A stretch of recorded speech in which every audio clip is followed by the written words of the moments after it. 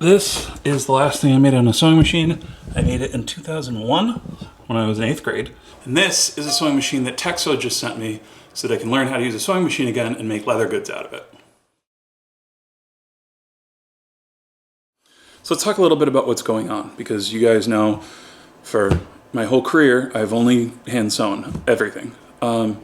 I'm getting older. I've been doing this for a long time. I have a trigger finger that won't bend. You know, this one goes like that. This one is stuck like this.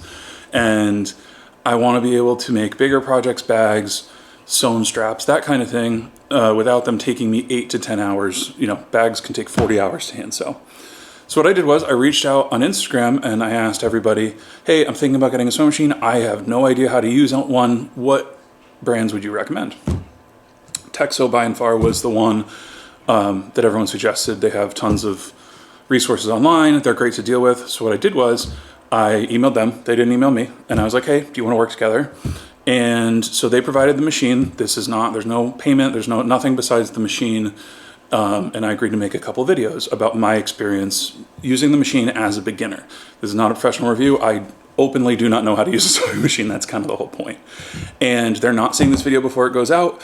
They just wanted me to give my honest review as a beginner of what the machine is like to use. So that's what we're gonna do.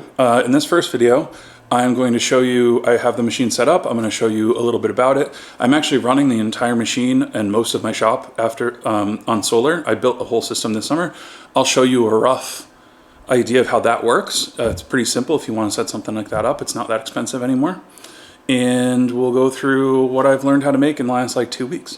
And then we'll have a follow-up video in a little while to show you how good I've gotten or how bad I remain. But that's gonna be on me because, spoiler alert, the machine has been great to use. So these are my solar panels. It's about 1,000 watts of solar. And this is the workshop. So I just run a cable through the double doors of the workshop. We don't really open those because there's a big tree in front of them anyway. And they come in on the ground here. It's probably a little dirty. And then they go right under the rug all the way over here. And they come up into my solar cabinet. Now in my solar cabinet, I just locked it.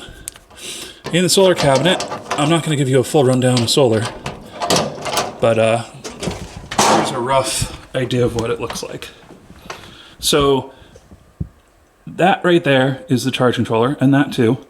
The power comes in from the solar panels to the charge controller, that conditions it, goes over there to some switches and fuses and bus bars, and goes down to the batteries. That's 400 amp hours of lithium iron phosphate batteries. That's where all the energy is stored. Up there we have 2 inverters. One inverter is for all the other stuff in the shop, the lights, the fan, the burnishing machine, everything else. That inverter is specifically for the sewing machine because I didn't know how much power I was gonna need. And right now I just have it running an extension cable because the inverter changes it from 12 volt to 120 volt. And it just runs down. I'll get that tidied up under the rug and is plugged in to the sewing machine. It comes with a light. It comes with a lot of different accessories. It even comes with all of the tools, multiple presser feet, a zipper foot, a piping foot. It comes with a lot of stuff. It even came with thread, like ½ pound spool. And more importantly, it comes set up, fully set up you just take it out of the crate. I didn't need to make any adjustments to it. You can see right here, it comes with a full bobbin of thread, and this was in the machine. It's fully tested, so you can see that even the tension is perfect on leather.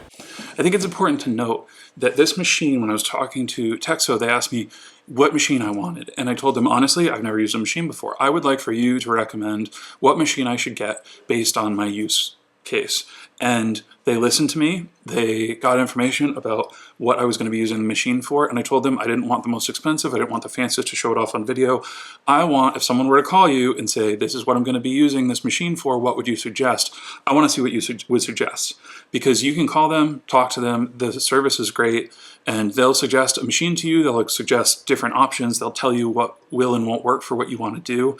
And that was very important to me. The second thing is everything I've learned so far, I've learned from only their resources online. They have videos if you throw off the timing because you forget to pull up the presser foot when you're pulling out something and you smash a needle and it goes into the gears. Not saying that happened to me, but say it did, right?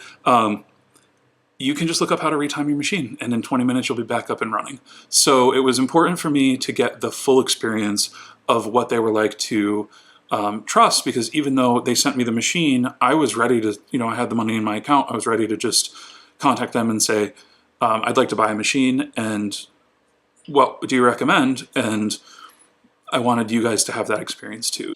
This is the start and go pedal, and this is the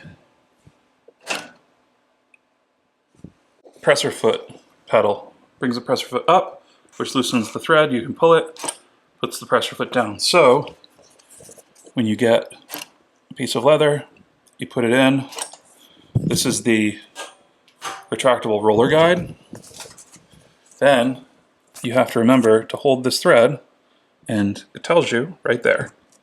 And then you can just go, and if you want to back stitch, you just grab this leather, pull it down,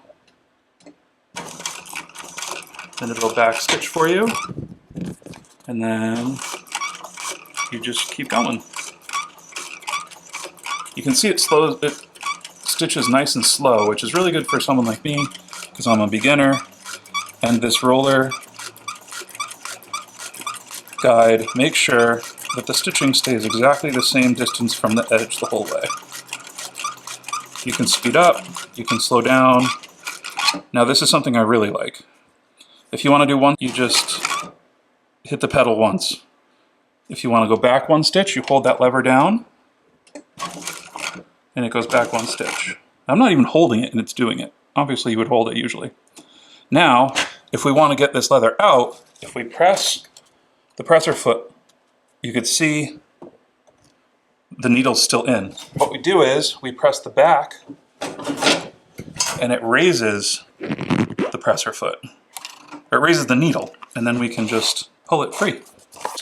It has this drop-down roller guide, which I really love because, as you can see, the needle's here, the roller guide's here. It's a really easy way to get your stitching really close to the edge and just keep it there. It had this walking foot on it, so I couldn't get the roller that close. But it also comes with this walking foot. So once I switched them out, I could get that roller really, really close to the needle there. You can see that's the needle and that's the roller. So I can get it within a couple millimeters, which looks very close to a hand sewn piece. If you're sewing a piece that you need to be so far in you can't use the roller guide,